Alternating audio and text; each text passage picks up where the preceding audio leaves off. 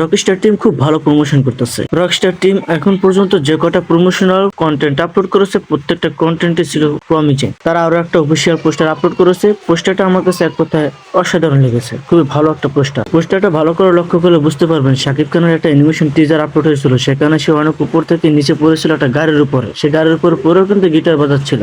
ঠিক সেরকমই কিন্তু এই পোস্টারটা ডিজাইন করা। এখন আপনারা সবাই বুঝতে পারছেন যে পোস্টারের দ্বারা বোঝানো হয়েছে শাকিব খানের আপস অ্যান্ড ডাউন সম্পর্কে। মানে শাকিব খান একসময় গ্লোবাল সুপারস্টার হয়, সেখান থেকে তার ডাউনফল হয়, এবং ডাউনফল হওয়ার পরও সে গানকে ভালোবেসে সামনের দিকে এগিয়ে যাবে, সেই বিষয়টাকে বোঝানো হয়েছে এই পোস্টারের মাধ্যমে। এটা স্বাভাবিক, এটা আপনারা সবাই বুঝতে পারছেন। এখন আসি মালিক সিনেমার অফিসিয়াল টিজারের কাছে। এখন মালিক সিনেমার অফিসিয়াল টিজারটা কেমন লেগেছে আজকে সেই বিষয়টা নিয়ে কথা বলবো। দেখুন, এই টিজারটা সম্পর্কে যদি আমি এক কথায় বলি তাহলে মোটামুটি ঠিকঠাক হয়েছে। এখন আমার দিক থেকে যদি বলি তাহলে টিজারটা ভালো হয়েছে, কিন্তু তারপরও আমার ভিতর থেকে কেমন জানি একটা ফুল ফিল আনতে পারেনি, কেমন জানি ভিতরটা ভরলো না আমার। এই টিজারে কিছু ভালো দিক আছে আবার খারাপ দিকও আছে।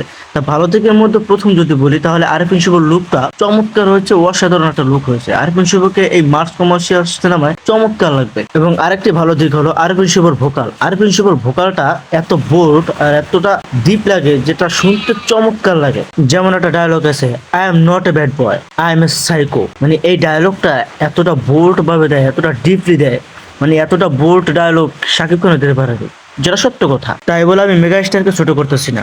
মেগাস্টারের ভয়েস যথেষ্ট পরিমাণে ডিপ এবং যথেষ্ট পরিমাণে সুন্দর। অ্যাকশন কমার্শিয়াল সিনেমায় তার ভয়েস যথেষ্ট পরিমাণে মানিয়ে যায়। তবে এটা বলতেই হবে আমাদের দেশের ডিরেক্টররা আরিফিন শুভকে সঠিকভাবে ইউটিলাইজ করতে পারে নাই। এখন এই টিজারে নেগেটিভ সম্পর্কে যদি কিছু বলতে চাই তাহলে নেগেটিভ দিক প্রচুর পরিমাণে আছে। প্রথমত হলো ব্লাড। মানে যখন আরিফিন শুভ কাউকে মারে তখন যে ব্লাড গুলো বেরিয়ে আসে, ওই ব্লাড গুলো যে ভিএফএক্স এর মাধ্যমে করা হয়েছে সেটা দেখলেই বোঝা যায়, সেটা চোখে লাগে, প্রচুর পরিমাণ চোখে লাগে, মনে হয় ফেক। ভাই আমার কথা হলো আমার বাজেট কম, আমাকে কেন এত রক্তারক্তি দেখাতে হবে? আমার যতটুকু সম্ভব সেই অনুযায়ী আমি রিয়েল অ্যাকশন দেখাই, তাতে তো দর্শকরা সন্তুষ্ট হবে। দর্শকরা তো বলে না যে ফেক কিছু রক্তারক্তি দেখাও। আর এই ভিজুয়াল, ভাই এইসব ভিজুয়াল আরো 10 বছর আগে গেছে, এখন এই ভিজুয়াল চলে না। এখন লো বাজেটের সিনেমায়ও এর থেকে ভালো ভিজুয়াল দেখানো সম্ভব। তবে হ্যাঁ, ভিজুয়ালের কথা যদি বাদ দেই তাহলে কিছু কিছু শট আমার কাছে খুব প্রমিজিং লাগছে, যেগুলো দেখতে খুব সুন্দর হয়েছে। যেমন টিজারের শুরুতে আরিফিন শুভর যে ব্যাক সাইডের শটটা, সেই শটটা খুব সুন্দর হয়েছে। আর টিজারের শেষে একদম মেশিন গানের আগে যে একটা শট দেখানো হয়, মানে আরিফিন শুভর ছায়াটা দেখানো হয়,